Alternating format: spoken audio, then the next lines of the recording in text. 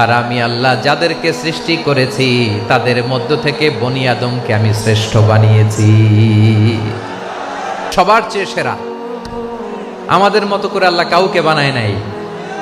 দুই পায়ে ভর করে শির দ্বারা এরকম স্ট্যান্ড রেখে মাথা উঁচু করে দাঁড়াতে পারে এরকম কোন প্রাণী পৃথিবীতে আছে? এজন্য আল্লাহ বলেন ওয়ালাকাদ কাররামনা বনি আদম, আমি বনি আদমকে সম্মানিত করেছি, তাদেরকে আমি মর্যাদা দিয়েছি। তাদেরকে আমি যত মর্যাদা দিয়েছি আমার কোন সৃষ্টিকে এত মর্যাদা দেই নাই। পড়েন সুবহানাল্লাহ। I have dignified the status of the sons of Adam. আদমের সব সন্তানের মর্যাদা আমি বাড়িয়েছি।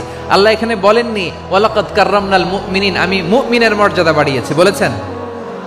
আল্লাহ এখানে বলেন নাই ওয়ালাকাদ কাররামনাল মুসলিমিন, আমি মুসলিমের মর্যাদা বাড়িয়েছি।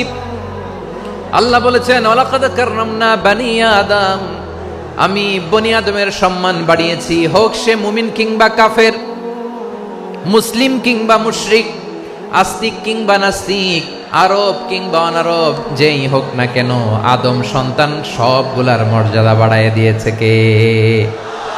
সবার মর্যাদা আল্লাহ বাড়িয়েছে। মানুষ হিসেবে মর্যাদা। বিশ্বনবী সাল্লাল্লাহু আলাইহি ওয়াসাল্লাম ইহুদির লাশ দেখে দাঁড়িয়ে গেলেন। কার লাশ? ইহুদির লাশ দেখে দাঁড়ায় গেলেন। সাহাবারা বললেন ইয়া রাসূলুল্লাহ, আপনি দাঁড়ালেন যে, এটা তো ইহুদির লাশ। বিশ্বনবী বললেন আওয়ালাইসাত নাফসান, এটা কি মানুষ নয়? এটা হোক ইহুদি হোক খ্রিস্টান, এটা তো মানুষ। আমি মানুষ দেখে দাঁড়িয়েছি। আই স্যালিউট দ্য হিউম্যানিটি, আমি মানবতাকে সম্মান করেছি। পড়েন সুবহানাল্লাহ। তাহলে এই জমিনে মানুষের মর্যাদা বেশি, হোক আস্তিক হোক নাস্তিক, হোক মুমিন কিংবা কাফের।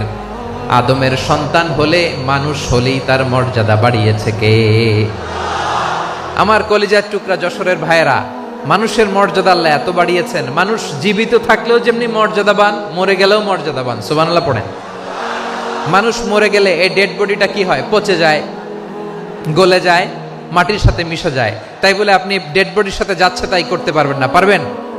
কেউ যদি অন্যায় করে তাকে যদি আপনি শাস্তির আওতায় আনেন, যা মনে চায় করতে পারবেন না। তারা আগুন দিয়ে পোড়াতে পারবেন না, নাক কাটতে পারবেন না, কান কাটতে পারবেন না, অঙ্গ বিকৃতি করতে পারবেন না। কারণ মানব জাতির মর্যাদা স্বয়ং দিয়েছে কে?